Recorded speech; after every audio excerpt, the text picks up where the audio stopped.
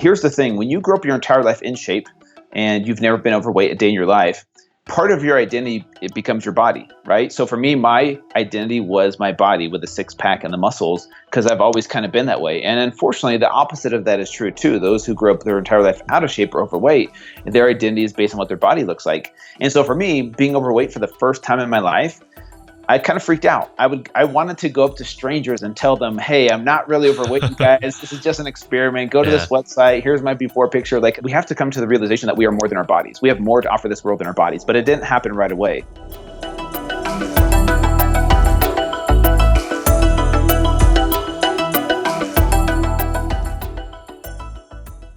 Drew, hey, thanks for coming on the program. Hey, Jeffrey, thanks for having me on, man. So it's a pleasure. So folks that might have heard your story, you got some interesting acclaim in following through this Fit to Fat to Fit project that you embarked on. But even before you wanted to do this experiment and this challenge for yourself, what got you personally interested in health, nutrition, diet, all of that? What's your personal journey there? Yeah, so I grew up in a family of 11 brothers and sisters. My mom and dad had 11 kids. I have no idea how they did that, but we all played sports. And so from a very young age, I played football and I wrestled. Those are the two sports that I focus on. So for me, being in shape kind of came naturally. It was something that I was, born to do because I was playing sports from a very young age. And so I never once struggled with my weight. I never once struggled with food cravings, I would say. I mean, my parents didn't really feed us healthy food. They were trying to feed 11 mouths, right? So it was like peanut butter sandwiches and, casseroles and lentil soups growing up, a lot of homemade stuff. We didn't have access to like the Cinnamon Toast Crunch and the Frosted Flakes, and we didn't go out to eat. We didn't go to fast food or eat a lot of, order pizza or anything like that. But for the most part, I was, healthy and fit from a very young age. And then playing football and wrestling, I excelled at both of those sports. And so it kind of came naturally to me to be into health and fitness. But throughout high school and college, I went into finance, then I went to the medical field. And then it wasn't until 2009 that it became certified as a personal trainer. And then that's where Fit to Fat to Fit kind of originated from, becoming a personal trainer. I'm curious, back in 2009, about 10 years ago, what was the sentiment and milieu then? And can you compare and contrast that to the sentiment and milieu today? It seems that the sophistication has increased exponentially since then, but just rewinding the clock, I'm curious to hear your perspective on how savvy were people on macronutrients, how savvy were people on different types of exercise. It must have been very raw at the time. Yeah, back in 2009, it was very basic. I got certified through NASM, National Academy of Sports Medicine, and the training was very basic. It was focused a little bit on macronutrients, and that was the first time I really learned what macronutrients were and the purpose of proteins, fats, and carbohydrates, and it kind of clicked. I'm like, okay, so these are the types of foods I should be focusing on, because before that, growing up, in the 90s, my high school coaches knew nothing about nutrition, right? They just said, hey, eat a lot of pasta, eat a lot of meat, fuel up, carb up before game day. And so we did. Like, that was the philosophy. No one knew anything about nutrition. My parents didn't really know anything. It just wasn't taught other than the food pyramid, right? And so in 2009, it really opened up my eyes to, okay, let me focus a little bit on proteins, fats, and carbs and see what ratio kind of works best for me. And back then, keto wasn't even mainstream. Well, because social media wasn't really around, and I didn't know anyone prominent in the space that was talking about a low carb, high fat approach to dieting. I had heard about it, but it was kind of like underground at the time.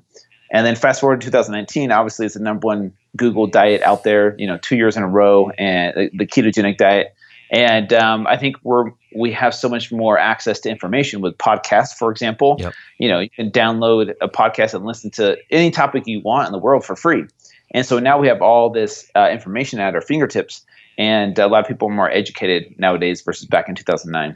Yeah. So when clients came to you back in 2009, I presume the desire is the same, which is essentially, I imagine, lose weight, be healthier, be stronger, live longer, be hotter. The desire is consistent, but it sounds like the background knowledge in the interventions, there's much more nuance there. Is that right? Or did people just want different goals 10 years ago versus now? I think the goals have always been the Okay. same, all right, for decades, right? We all want to look a certain way, and that's influenced by media, by social Yep. media, by TV, movies, celebrities. I think that's always been there for the most part, in at least the past 100 years or so. But I think the knowledge that clients have nowadays versus back in the day is exponentially larger, right? Yeah. The amount of podcasting that we have today, people are like, oh, I heard this on a podcast. Versus 10 years ago, you would have had to go to the library or learn about it from some expert, right? But now everyone's an expert, Yeah. which could be a good thing or a bad thing. Yeah. One thing I think is interesting about your story is that you did what is also very popular in Silicon Valley, which is that you want to solve your own problem here. And I think I'm curious to hear your rationale in terms of purposely getting fat and adding 70 plus pounds to your frame. Was that a hack to be empathetic towards your potential clients?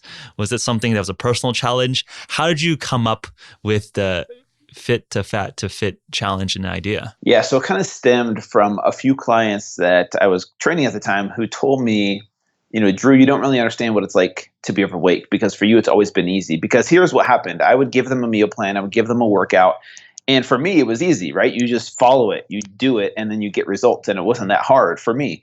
And they would give me excuses like, oh man, I tried really hard, but this weekend I had some friends over, we started drinking and we had some pizza, or, I tried to follow the meal plan or the workouts, but I just, didn't get around to it. And I was just like, why can't you do it? It's not that difficult. Put the junk food down, go to the gym, you'll see results, I promise. And that's when they said, Drew, you don't understand how hard it is. For you, it's always been easy.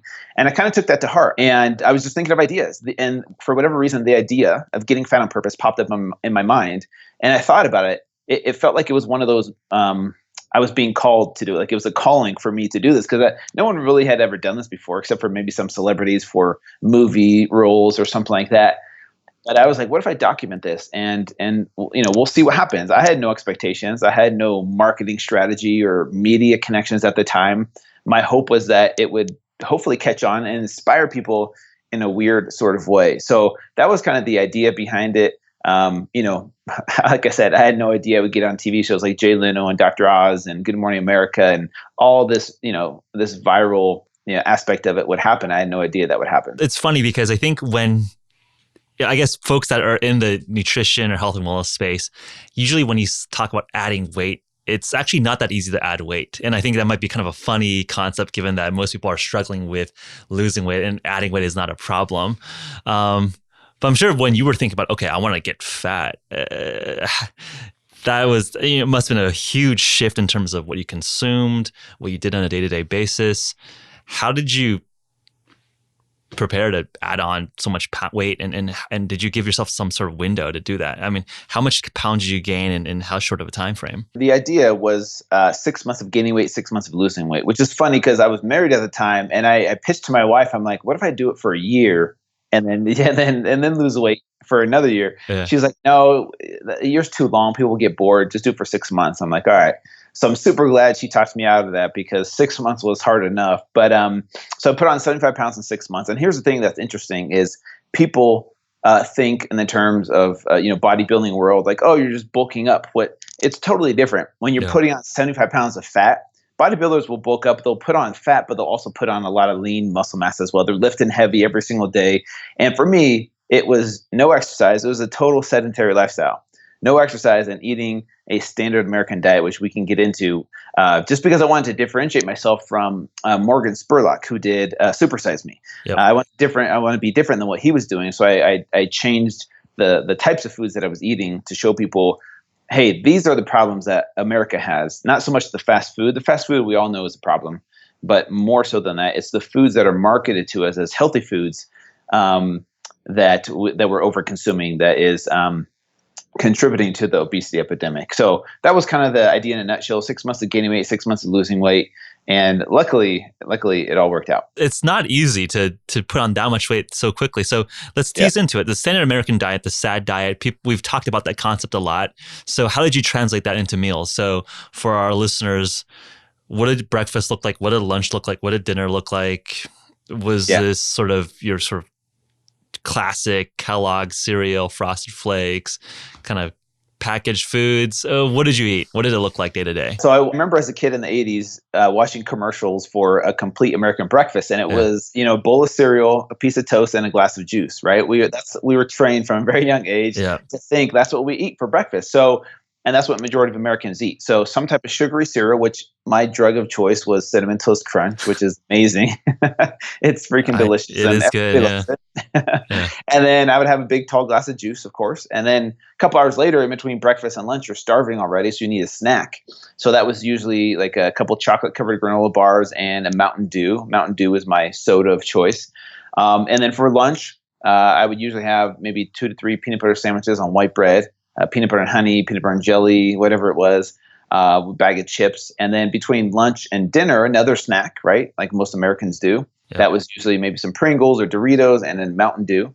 And then for dinner was a typical American dinner: white pasta, marinara sauce, meatballs, garlic bread. And then, of course, before you go to bed, you're watching TV, you have something sweet to snack on, maybe some ice cream, maybe some cookies, or if I'm really lazy, I would just go and get another bowl of Cinnamon Toast Crunch before I would go to bed. And you wouldn't believe how many hundreds of people emailed me every single day saying, because I was posting this as it was happening, and people are like, Drew, you eat exactly how I eat. Like there's so many people that eat that way. And they're like, well, sometimes this food is marketed to us as low fat or all natural or fortified with vitamin A and vitamin D or whole grains. And we think, oh, this must be healthy because it says these things on there. Yeah.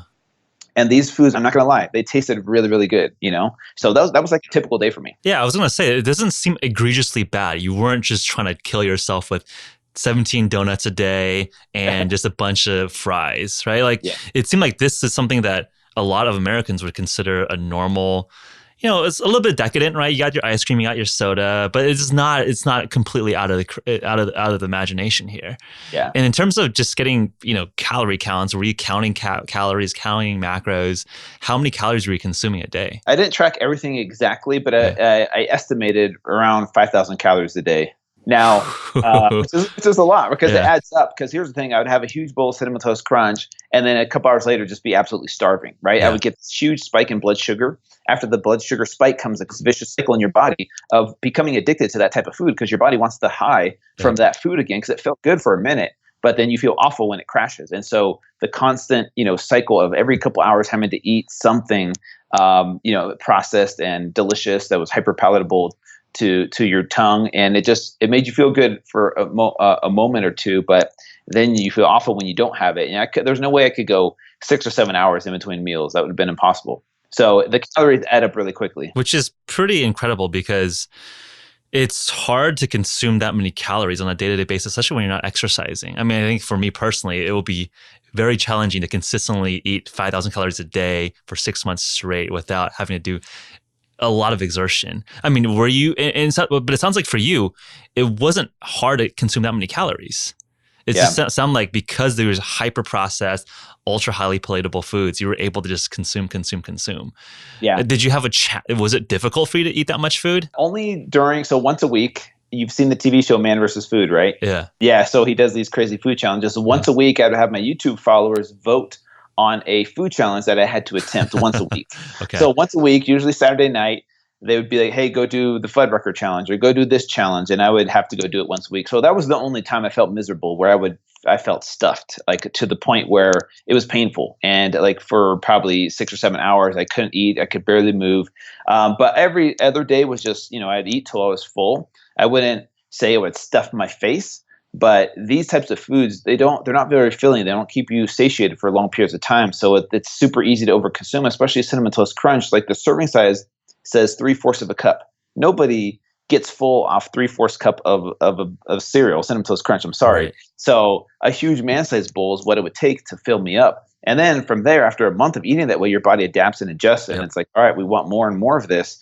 And it's super easy to overconsume. I think that's what the problem 90% of Americans have with this type of food is it's super processed, but it's also super affordable. And it creates this vicious cycle of constantly wanting more and more and more of it. Yeah, no, that reminds me of the recent Kevin Hall study out of NIH showing that people consuming ultra processed foods consume more calories per minute than folks eating an unprocessed diet, which I think recapitulates your experience here where you're just able to just put down calories at a really high rate really quickly. Yeah. So I'm curious to hear about the mental change there. So I think most of our audience, I would say, is on the healthier side, and maybe it's hard to empathize with folks who are struggling with weight and with appetite. And I'm curious to get your thoughts. And did you just feel, what was your mental state like? Obviously, I imagine the first week, maybe a slight change. Maybe the first month, you started seeing your energy, your mood, your maybe your social interactions, your relationships change. Curious to hear the mental aspect of putting on this much weight. And probably then a second part to it, I'm sure how people perceived you changed a lot as well. I mean, if you come in looking like this, relatively fit, jacked, ripped person, you get treated very, very differently if you're you plus 75 pounds of fat. Curious to hear the aspects on the mental side. I'll admit the first 3 weeks, 4 weeks was actually kind of fun. It's this sense of freedom. You could go to the grocery store, skip the produce section, go down the soda aisle, the cereal aisle, check out all the different flavors of foods we have here in America. I don't know why we have hundreds of flavors of cereals and cookies and sodas. It's amazing, but it was kind of fun for a little bit. And then like you mentioned, very quickly, walking up the stairs, I was huffing and puffing. My cardio was the first thing to go. My endurance was gone. And all that visceral fat started making it difficult to breathe. And I remember starting to snore at night a couple months in. Like I said, I was married at the time. My ex-wife at the time, she didn't appreciate that. But it affected my sleep habits, which affected my mood, my energy levels, my hormones, and it affects your personality, right? When you're sleep deprived, because you're not breathing properly throughout the night because of all that visceral fat, it made a big difference. And the physical, but I was prepared for the physical changes, right? And going into this. Yep. But like you said, the mental and emotional side is what surprised me.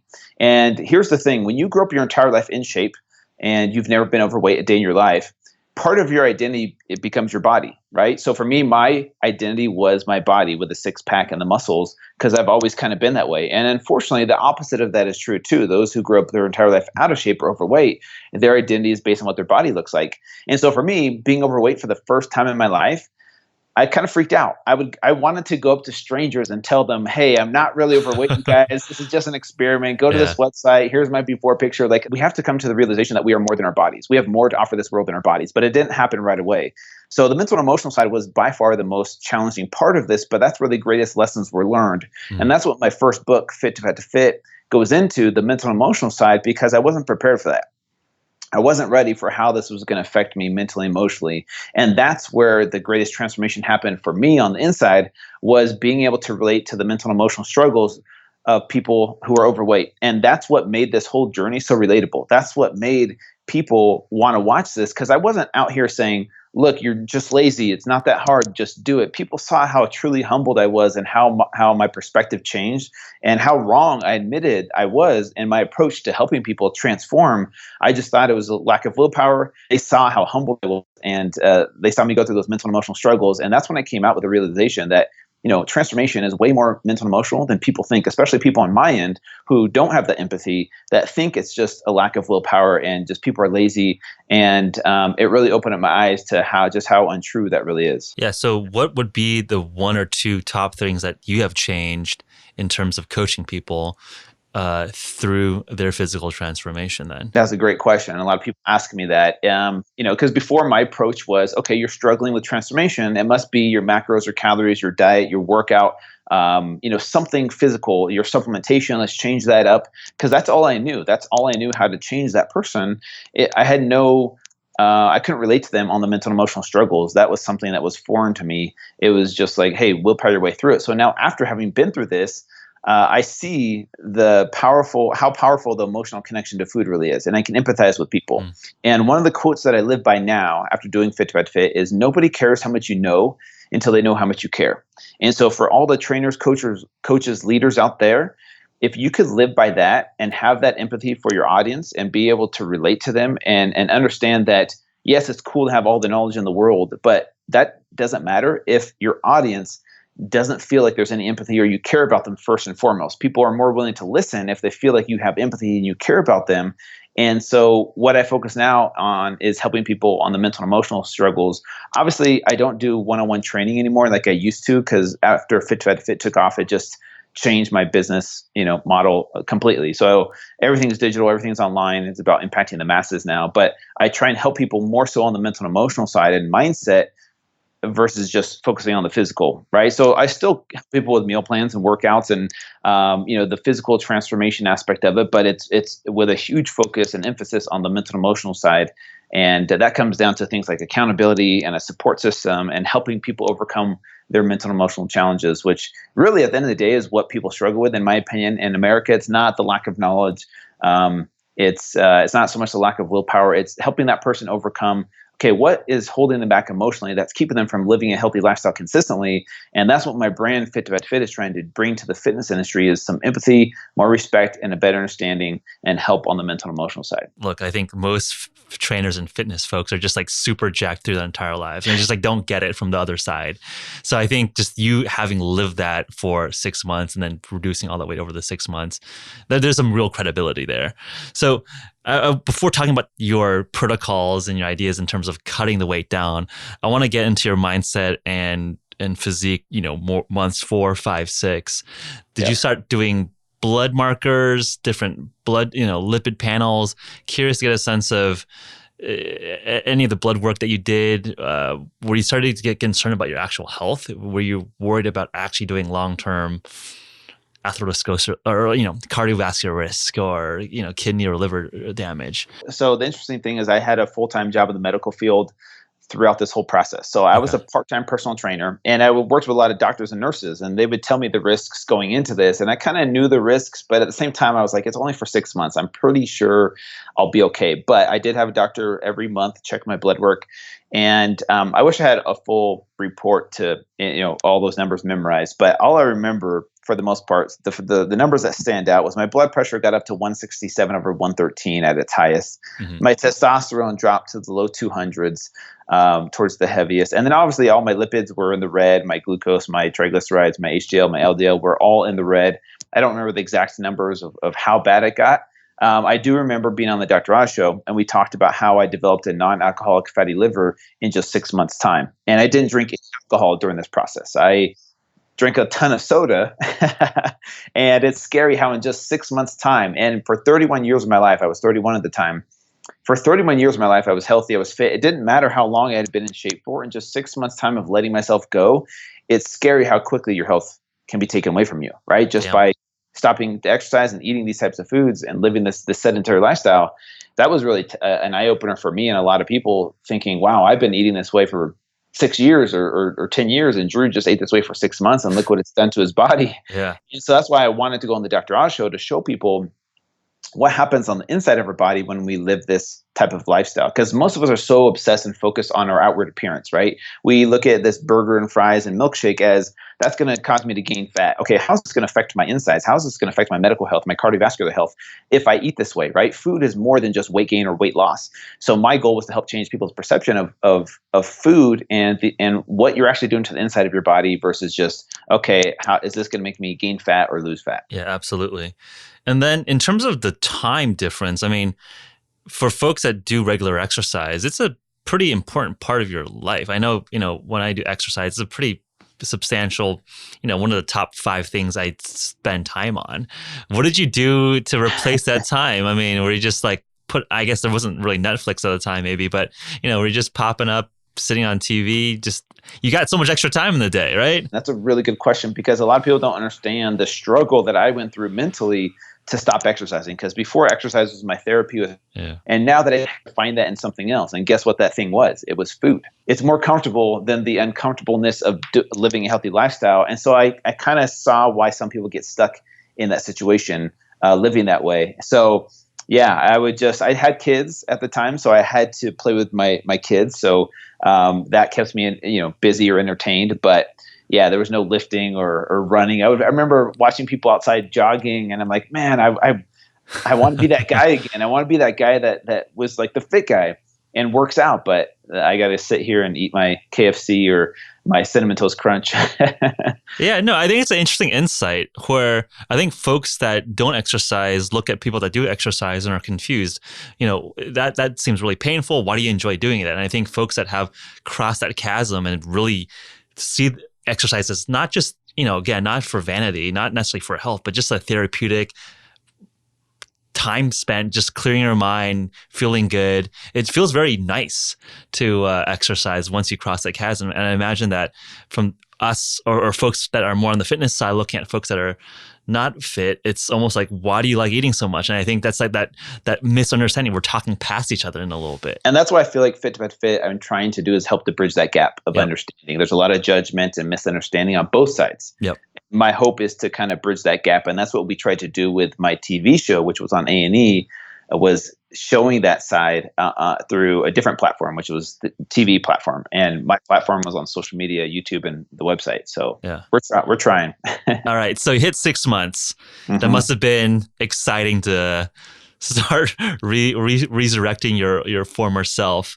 Can you talk us through that time era where you hit 6 months? Now you're planning how to best cut all this weight. Yeah. So the strategy was I actually wanted to focus on nutrition first. So I skipped exercise the first month. The first 30 days, all I did was stretch and walk and nothing else.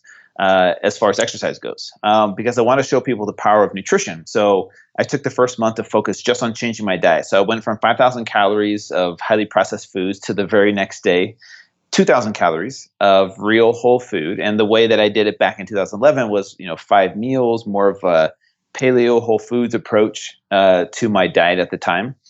And I was excited. I was like, I want my body back. I'm ready to do this.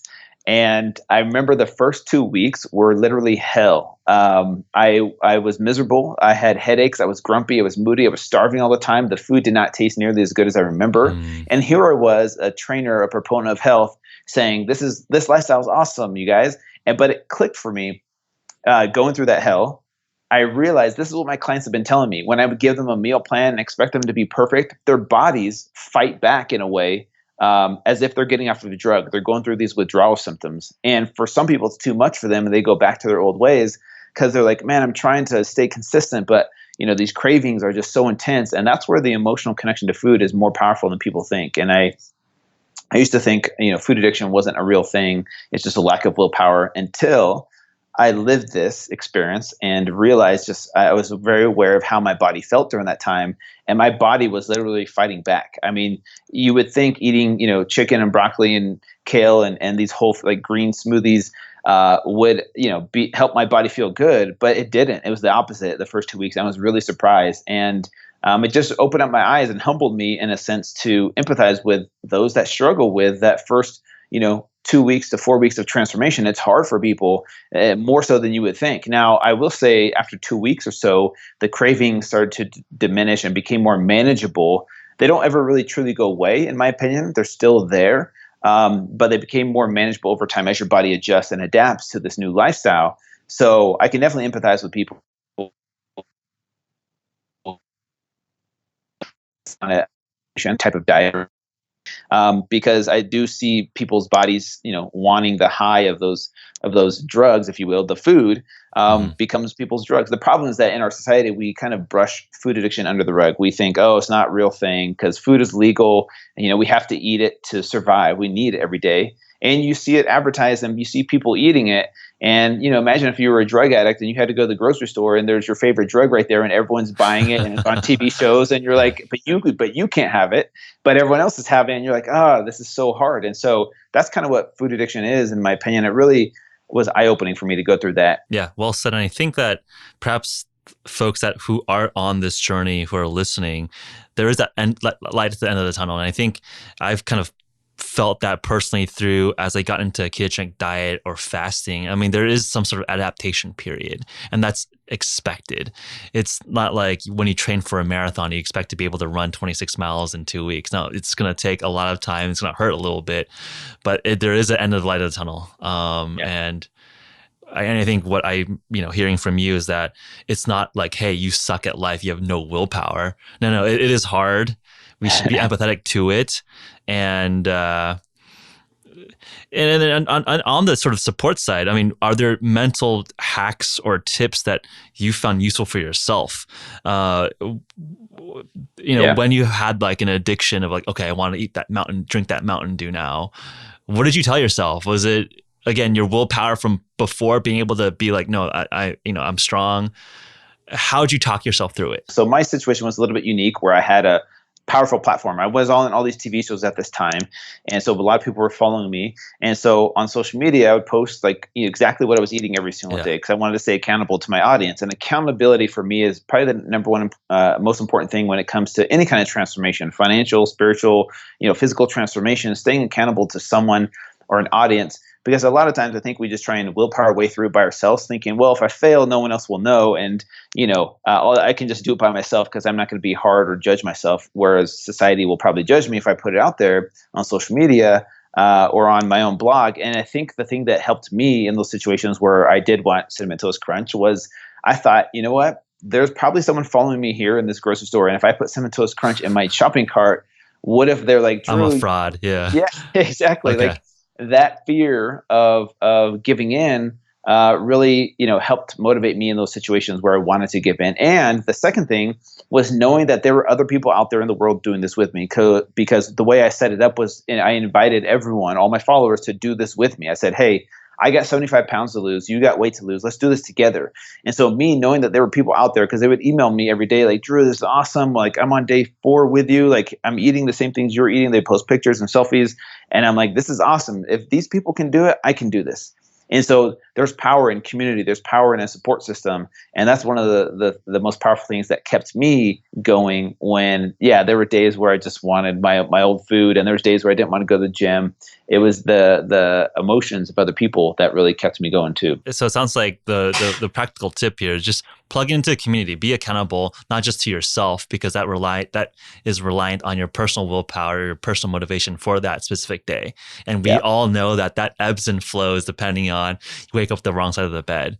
But if you have a group of people that you're talking with, whether it's a social group online, I'm sure, there's a community that you help, you moderate, there's WeFast, there's the HVMN podcast community, different communities you can tap into and get that mutual support. That sounds like a smart way to make this not just a personal willpower challenge, but hey, I don't want to let other people down, which I think is an extra fuel in that motivation mix.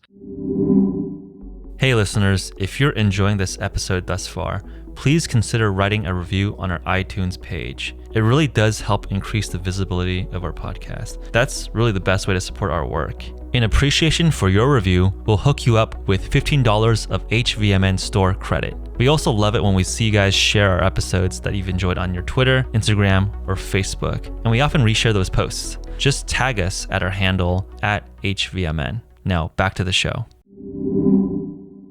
So just as scary as your decline in health ramped in terms of getting non-alcoholic fatty liver disease, essentially, and all your blood lipids looking terrible, I'm curious to hear how fast we're able to return and revert some of these things.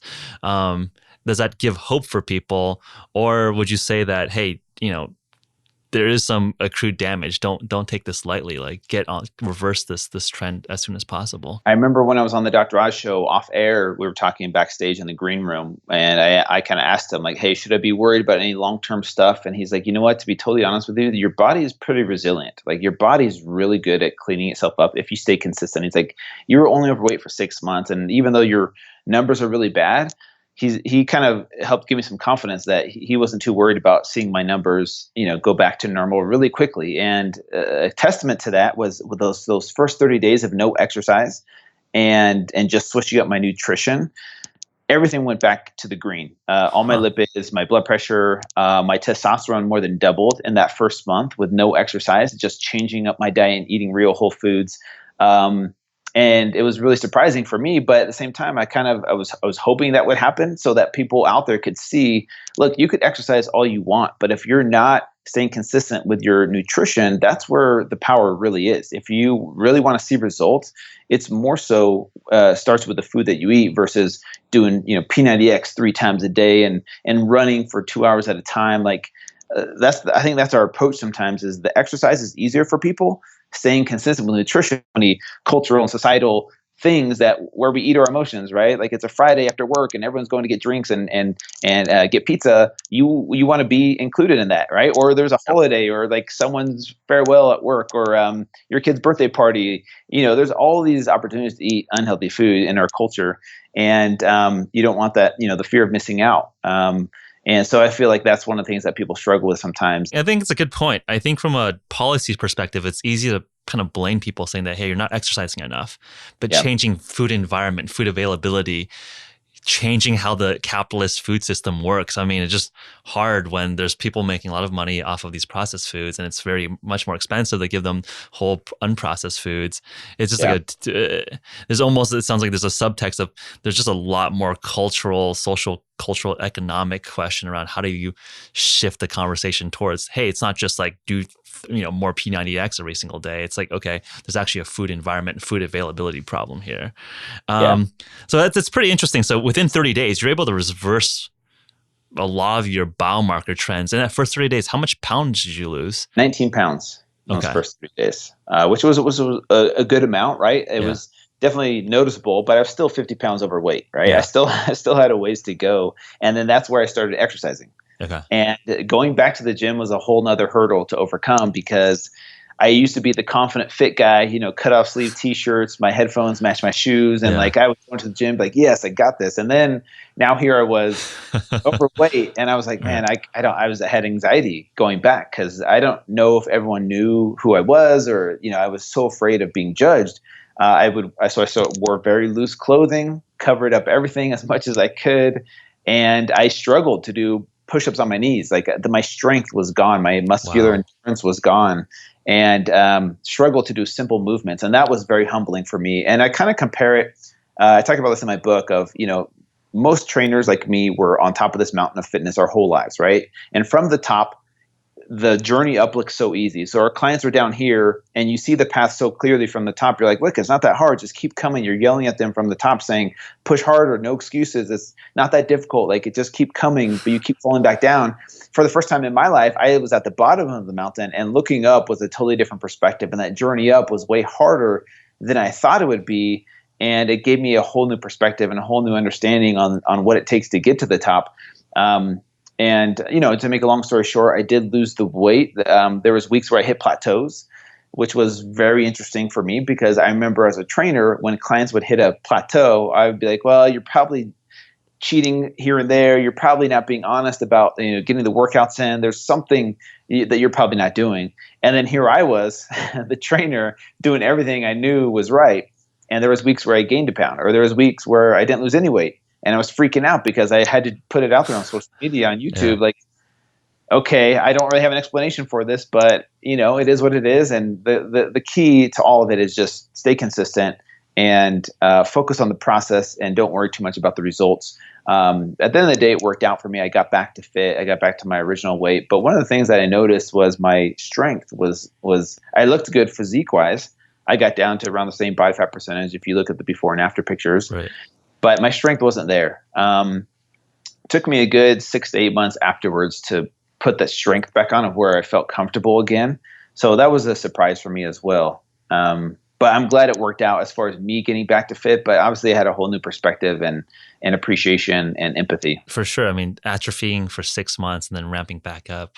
I mean, I think that's, I guess that's inspiration or continued motivation for folks who are on the fit train and want to be even more fit or more optimal. I mean, it takes a long time to compound that kind of strength. So if folks are on the top of the mountain, keep pushing up, because you don't want to start from kind of your story. You go back to the bottom of the mountain, and it takes, almost double the time, right? It took you 6 months to lose all your strength, and it took you 12, 14 months to get back to where you wanted to be. Yeah. So it sounds like, this was 2011, and then so you wrapped up the experiment in 2012, and your story has unfolded since then. And it sounds like in more recent times you've been experimenting more with ketogenic diet. Curious, as we fast forward to present day, and as more and more of the sophistication and common knowledge around different types of diets and different types of exercises and protocols, curious what you're experimenting with today. That's funny you asked that. I actually haven't talked about this, and I'm in the middle of a little carnivore experiment, which Let's talk about that. Yeah. I was super hesitant because I'm like, there's no way this is healthy for you. It can't be, like, this is impossible. But it was becoming a trend, and then Yeah. well-known people in the industry that I respect were talking about it. And I had some other people on my podcast, some doctors that I respect, and they were talking about the benefits of it. In my opinion, from what I've seen and what I've heard from other doctors is, short term, there are some benefits because it's a complete elimination diet. Maybe 30 to 90 days for some people. People with SIBO can benefit from it. So I don't think it's a one size fits all approach. I don't think it's a long-term strategy that's healthy for everyone. But I wanted to do a little experimentation with it. And I did an experiment maybe a couple months ago, 2-3 months ago, where I did it for a week. And you feel something different when you're running off of ketones. For me, I felt that same shift going from a traditional keto diet to a carnivore diet, where there was something different about it, where the mental clarity was increased, exponentially. And, the energy levels that I experienced were, even more so than when I was on the traditional keto diet. So Yeah. I was like, wow, I was really surprised by that. I thought I would feel crappy. And I was like, I'll do it as an experiment, but I didn't really talk about it. So now I recently just completed my attempt at 100 miles in 24 hours, which we can get into in a little bit. But now that it's done, I'm not a runner, and I don't like, looking like a runner. And I felt like I had to lose some muscle mass and lose some of my strength gains to attempt running 100 miles in 24 hours. So I stopped lifting and just focused on running, sprinting, hills. I didn't do a ton of like push-ups, pull-ups, deadlifts, squats, things that I'm normally doing. And now I'm trying to get back into it. And I was like, you know what, this is the perfect time to do a little carnivore experiment. And it's amazing how my digestion is better. The energy levels are better. The mental clarity is more so than what it would be. The hunger, the hunger, like on the keto diet, your appetite's suppressed for sure. Going to carnivore, for me, it was even more so. My appetite was suppressed. Like I didn't feel hangry at all. And so it was a whole nother level of keto that I've never really tapped into. And so it's been about 2 weeks, and I'm not sure if I'll continue it, to be totally honest with you, just because, I have 2 daughters. I have a family reunion coming up. I'm not this type of person to be super strict, especially during times like that. It was just a fun little experiment to kind of test. I didn't do any, biomarkers to test my blood before and after. It was just kind of going off of how I feel. Now in the future, I want to do something where I test everything, literally everything, before, after, maybe do a 60-day experiment with it to see if there's something to it, to see, okay, how does this affect my lipids? How does this affect some other important markers that I would test? But that's kind of a little experiment that I've been working on right now. Yeah, no, that's fun. It reminds me of some of the conversations that I've had over the last year or so, and I've done my own little carnivore 4, 6, 8 week blocks. And I think I think I came into it with the same skepticism as you came into it, which is that this sounds insane. What is that, like, no fiber?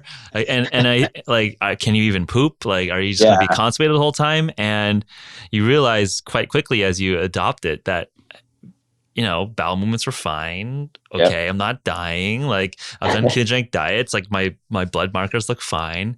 Hey, like, there's something here. And then you hear folks like Mikhaila Peterson that have, apparently cured a lot of her autoimmune issues. And you hear all these anecdotes, and it's like, well, I don't think they're all bullshitting. I don't think they're all lying. There, probably some placebo here, but there seems to be some movement here.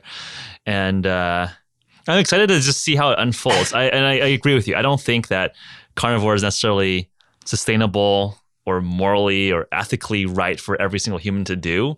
Yeah. And I think there's like a number of questions there, but I think from is this possible question, I think it's clearly possible.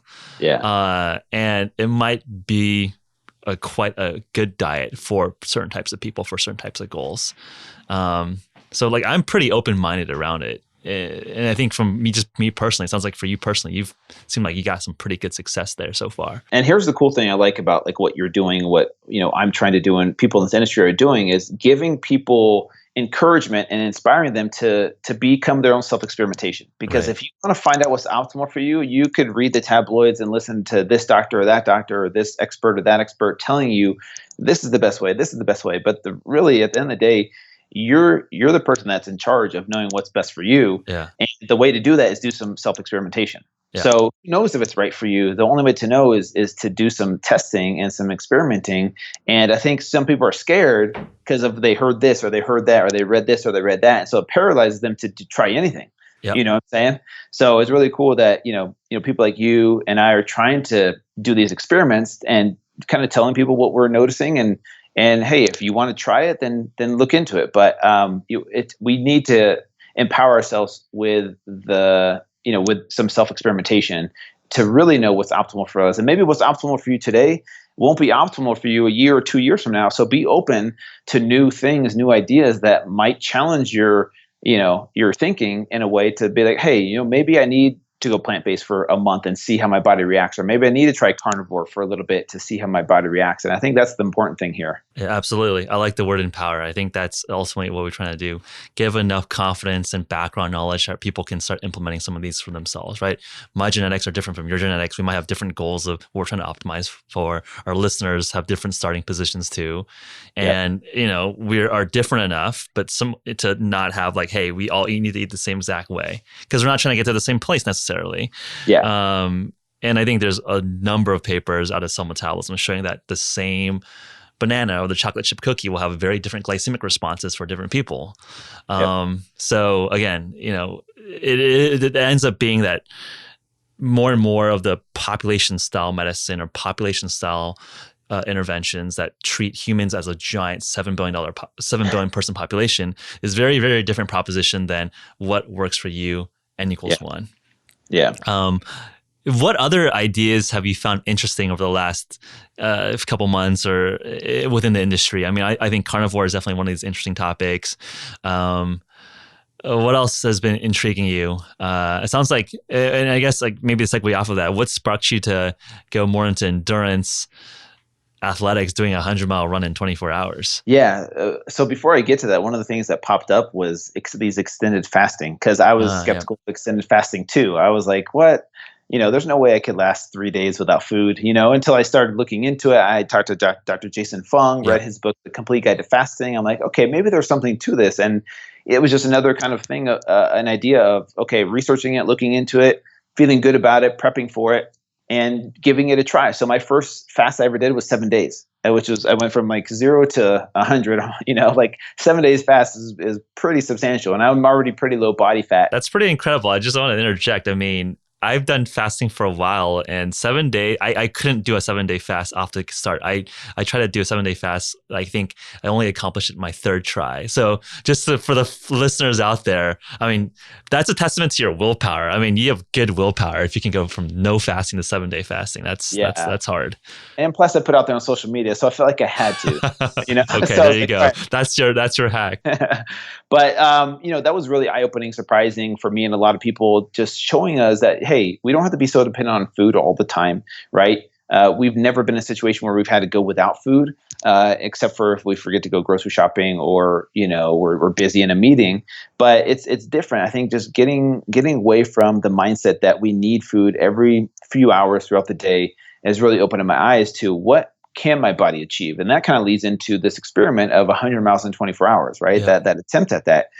Because after doing my Fit to Fat Fit experience and the 7 day fast and some other experiments here and there, I was like, okay, what else can I test my body with? So here's the story behind the 100 miles in 24 hours really quick. My brother and I read this book called Can't Hurt Me by David Goggins. Have you read that? Yeah. David Goggins, a gangster. Yeah. Super inspiring book. This guy's story is amazing. If you haven't listened to it, go listen to it on Audible. So my brother was super inspired by it. His 45th birthday was coming up. He's like, hey, man, me and him, we do some crazy stuff together. It's like, challenges sometimes, but nothing like this. He was like, hey, I want to run 100 miles in 24 hours for my 45th birthday. I want you to do it with me.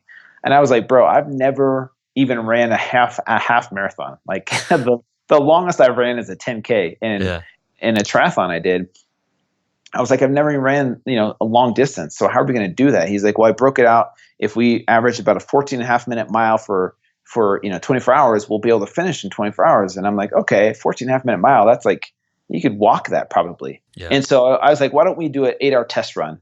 And this was about 6-7 weeks ago. Let's do an 8-hour test run and see how our bodies handle that 14.5-minute pace. So we would just run, a few minutes every mile and then walk at a fast pace the rest of the mile. And we were able to maintain it. But after 8 hours with, little training, I do CrossFit every once in a while, maybe 2 days a week, heavy lifting, yoga, and hiking. And that was kind of like my routine. And same thing with him. Right. He wasn't really running. after 8 hours of that pace that we maintained, we did about 35 miles in 8 hours. We could both barely walk afterwards. I was gonna say, yeah, the joint and the repetitive stress. I mean, you're not used to that if you're not doing hours. It was so hard, but we were Yeah. like, all right, we just need to multiply that by 3. And so we're like, okay, his birthday was a month away. He's like, let's train for the next month really hard and see what we can do. So I was like trying to do every hack I could. So I went full strict keto.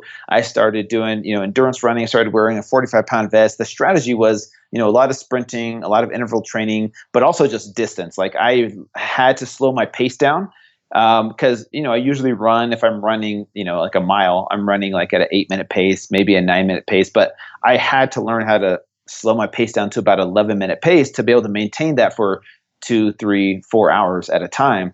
And I was like, well, you know what? Usually your lungs give out when you're running a marathon or sometimes when you're running like a faster pace. For me, my lungs felt fine. Like I could maintain that 11 and a half minute pace for a couple hours. It's a joints and muscle, right? It's a joints and muscle that was going to give out. That's where the fatigue comes in, knees, the ankles, the hips, like just everything. But anyway, so we started training for it hardcore. We announced it. We teamed up with this charity called Operation Underground Railroad, which is an awesome charity that helps save child sex slaves from slavery. There was over 2 million kids enslaved around the world, which is insane to just even fathom. And I know the owner of this charity personally. Tony Robbins works with these guys. Very popular charity. So anyways, we said, hey, we're going to attempt to run 100 miles in 24 hours. And I think this is about the time you guys reached out to me. And I was like, hey, you know what? I've taken some ketone esters before in the past, and they've worked great for certain, races that I've done. Like I think I used them for my first triathlon. And you guys reached out to me. I'm like, hey, would you guys want to send us some for an experimentation with, attempting to run 100 miles in 24 hours? And you guys did, so which I'm super grateful for. And I was trying to use every hack I could, cryotherapy, compression boots, IV therapy, red light therapy, Joovv. I use those guys. Anything I could to just hack my body to help my endurance, And, I did a couple test runs. I did a 10-hour test run and I felt great. I took the ketone ester, the HVMNs, with about 50 grams of glucose. And that gave me energy for at least 3 hours, I would say. And then, and I felt pretty good. After the 10-hour test run, I was sore. The fatigue in my hips and my knees and my joints were sore. But the next day I went and did compression boots, cryotherapy, and IV therapy. And within 24 hours, I felt like new again. I felt great. And I did this CrossFit workout called Murph, 2 days later. Yeah. So like, dude, I'm feeling confident. Like I think I can really do this. And Murph is no joke. It's a mile, 100 pull-ups, 200 push-ups, 300 sit-ups, another mile. So that's not a joke of a workout. Yeah, and I did it with a 45-pound vest too. So I was feeling pretty confident myself that I could do hard things. I talked to some other ultra endurance athletes that do keto, and they talked about adding in carbs, but on race day, right? So your body's really fat adapted. Your body's really efficient at using ketones as a fuel source. And then on race day, you mix in the ketone esters with some glucose. And so we ate things like potatoes, boiled potatoes with salt. We did, pickles and beets. I tried to stick with whole foods as much as possible. There was some, keto bars that we had and some nut butters that we used. But, whatever it took, tons of salt. Of course, no cramping, which was awesome, which felt amazing. And then I took the HVMN, the ketone esters. I took one full serving, which I've only taken half serving at a time before, just because I was scared of. Sometimes, with ketone esters, you could probably talk about this, but too much energy sometimes, right? And if you take it, that's why you guys recommend taking it with glucose, correct? Yeah, I mean, I think it's for optimal fueling, right? Like with ketones and glucose, you want to just optimize fuel partitioning. So you get the availability of ketones and glucose at the same time, which doesn't occur naturally. Yeah, it doesn't occur naturally. So it was really interesting. So we took that about 3 hours into the race. And from 3 hours in till I would say about 8 hours, a third of the way, we were on pace. We were ahead of pace. Things were going really well. We felt amazing. No fatigue yet. And then it was about the halfway point where we started to struggle. And this is what happened is we were told we were halfway when we were only 43 miles in. And we weren't checking the mileage. We had people like a videography crew telling us, okay, you're at this mile. So we kind of just trusted them. Yeah. So more like we were an hour ahead of schedule. We're like, dude, we got plenty of time. Like, let's slow down a little bit. We're an hour ahead. Let's make up. And then my brother took too much BHB salts, and he took way too many scoops of that, and the magnesium and potassium went straight through him, and so he got diarrhea. Yeah, I was gonna say. And then about 3 hours after we found out we thought we were halfway through, we found out that we were actually behind schedule, and we were at 43 miles instead of 50 miles. So now the morale kind of dropped, and this was around midnight, I would say. So we were pretty tired, fatigue set in, and we're like, dude, how are we going to make up 3 hours behind schedule? And obviously we're getting more and more tired. So we ended up finishing the race at finishing 80 miles of the race. We finished the full 24 hours, but the last, I would say, 6 hours or 7 hours, I had to walk. I couldn't run anymore. Just the pain in my knee and my hips were just too much, and I just could only walk at a fast pace. And so we didn't accomplish our goal of 100 miles in 24 hours, but I went the full 24 hours. 80 miles isn't bad. And here's the lesson to be learned. I could look at this and say, well, I failed you guys at reaching 100 miles. Or I could say, in 1 month of training, I was able to push my body to the limit and find out I could go 80 miles in 24 hours. Even though it wasn't the 100 goal, it's amazing what your body can do if you push it to its limits. But had I just said I was going to run a marathon, no one really would have cared or watched it that much, or been that interesting, But the fact that we were attempting 100 miles in 24 hours it was really amazing, and I learned so much from that experience. And I'm still recovering from it, to be honest with you. But it was a great experience to and to have your guys' support too. I'm super appreciative. Yeah. No, congratulations. I mean, that's an insane feat of endurance and mental willpower. Again, that willpower to just power through that. And I like your style. I mean, it just reminds me that when I turned 30, I did a 30-mile, typically an ultra marathon. I just wanted to do that just as a way to celebrate. It's awesome. And it's like fun that, I think these are all fun challenges, and I can empathize with that. When I hit 26 miles, like you just already did a marathon and you still got 4 miles to go. And that was like a painful 4 miles. So I can imagine that when you're going for 100, you hit 50, it's like every mile is like infinitely longer than the last mile. And I think when people get above the marathon status, it's like you can run 30, you can run 40. You go, you can run 40, 50 is about the same. It's like, no. Like that, each incremental mile is terrible. So true. But it makes you have respect for people like David Goggins or these ultra endurance athletes. It's like, man, I have no idea how you guys do it. It's a whole nother level of a mentality that they have, that they can tap into part of their brain. They can push through that pain.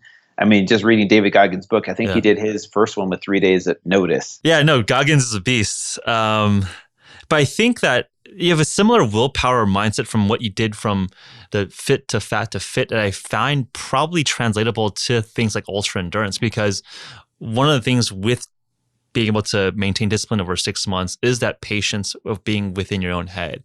And I would say that I would compare these ultra endurance events to be very similar, because I think there's a physical component, but you're just in your own head for 24 hours. Yeah. And you're just like thinking to yourself, like, why am I doing this? This hurts, this sucks, this hurts, this sucks. I'm curious to get your thoughts in what you, did you think about, like, what were you telling yourself over that 24 hours? That's something I noticed when I've been doing more and more endurance events, that I've been able to just get more into the flow of being present in the moment and less distracted with, oh, this hurts or this sucks. And I can imagine that that's been able to translate into some of my work life, where some of the, multi-month long projects is kind of that patience, that motivation, that fire to keep plugging away step by step. And I think I've been able to translate some of that patience and mental fortitude into ultra endurance events and vice versa. Curious to see if you felt like there was an added fuel from knowing that you were able to do 6 months of cutting weight and 6 months of adding weight to what you're doing with the 100-mile challenge. Yeah, I think all of those challenges I've done in the past have helped me mentally prepare for things like this, where I put it out there to an audience saying, this is what I'm going to do. So I got to follow through with it, and I got to do it. And knowing that I've done some hard things in the past, this was a whole nother level of hard, but I was like, I gotta finish this. That's why at mile 62, my brother actually threw in the towel. He was done. He said he couldn't go anymore, and I was like, you know what, I'm going to keep going. So for the next 2 hours, I went on by myself, to be honest with you, and everything was painful. But here's the second thing that I think helped me at that point was, and this is attributing some to meditation, and how meditation has helped me be in the moment and learn to be grateful in the moments that suck sometimes. And this was a perfect testament of that, where I'm in a moment where things suck, things hurt, and I've got 8 hours left to go or whatever. How am I going to get through that? I could easily just throw in the towel and say, you know what, you guys, I tried. But for me, meditation has really helped me to learn to be in the moment, like one step at a time, one breath at a time, and being grateful for each breath and each step that I'm in this race for.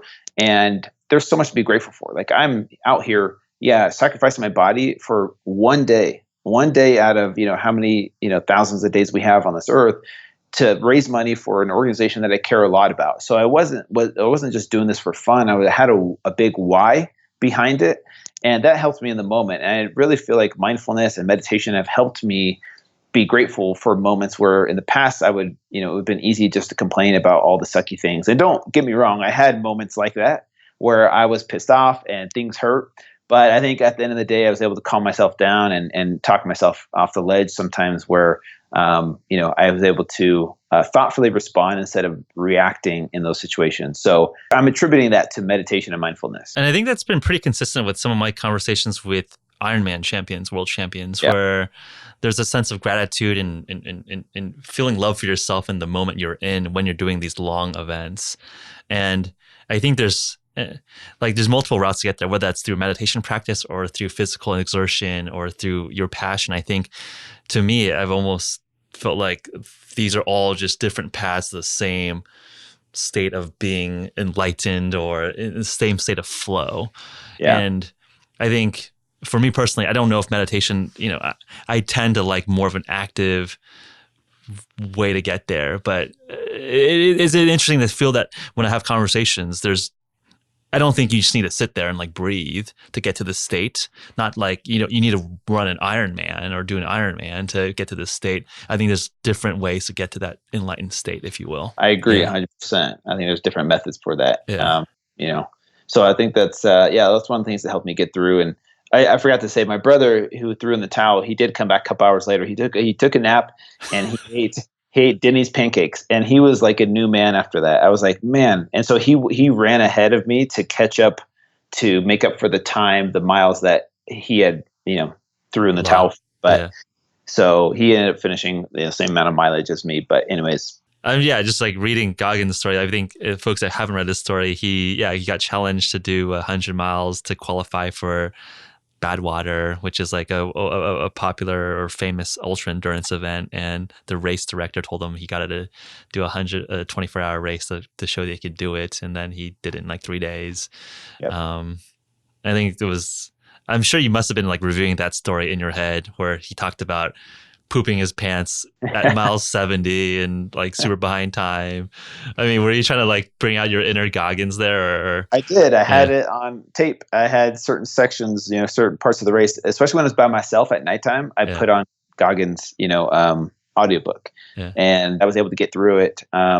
Which, people that do these ultra endurance marathons, they or these ultra endurance runs.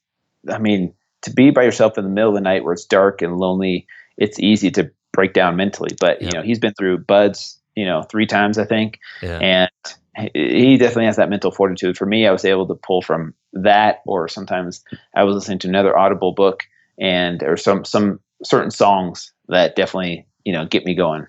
What are the future challenges? I mean, you've done the body weight composition, you've done endurance events. I mean, it sounds like this is not going to stop for you. I was just like, we should figure out some challenge to do together. I think that would be fun. I mean, I'm all about that. I think it is fun to just have something anchored down and get aggressive at it. But yeah, what's in store for you? We had so many people reach out to us saying, we want to do this with you, but it was kind of very late notice, obviously. So we were thinking of maybe doing something with other people next time, which I'll keep you posted on if we do that. But right now, my business keeps me really busy with just maintaining it. I have a whole supplement line. I have my own podcast. I have 2 books out, and I have a third business that I'm starting really soon. So it keeps me busy, but I definitely want to do these challenges. I would say once a year. I don't know what the next one's going to be. We talked about doing something on the Appalachian Trail, but the details need to be figured out first before I announce it. But there will be challenges like this. Maybe not as extreme, but still something that's going to push us outside of our comfort zone. I think that's where you grow. That's where you learn who you really are in those moments. And so I'll keep you posted on what the next one's going to be once I want to know for sure. Perfect. One question I always like to ask is that if you had infinite resources and infinite, tools, money, funding to do a study to understand some part of human performance or some part of human physiology, what would that be?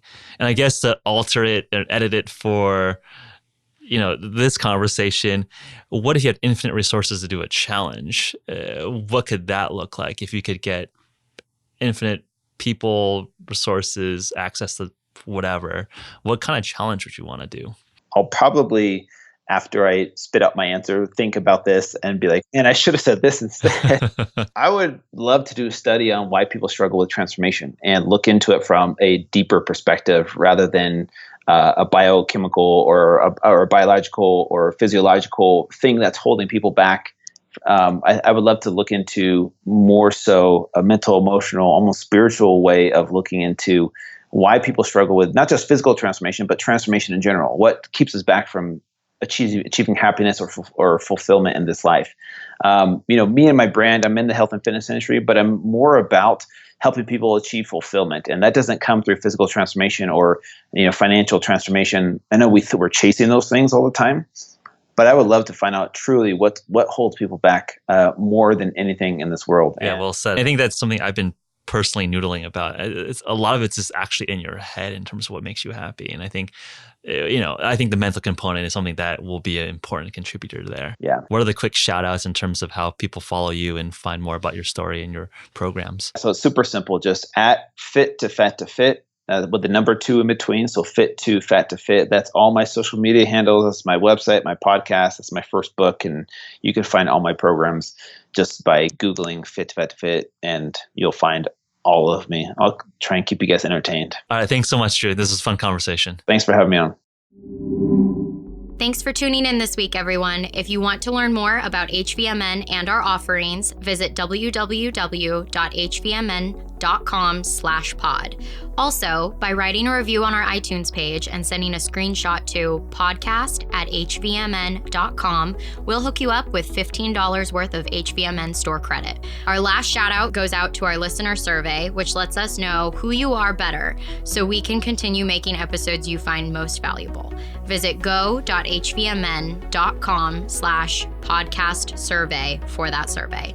It'll only take a few minutes, and new submissions are eligible for an HVMN ketone giveaway. Until next time, eat well, train smart, and live your life.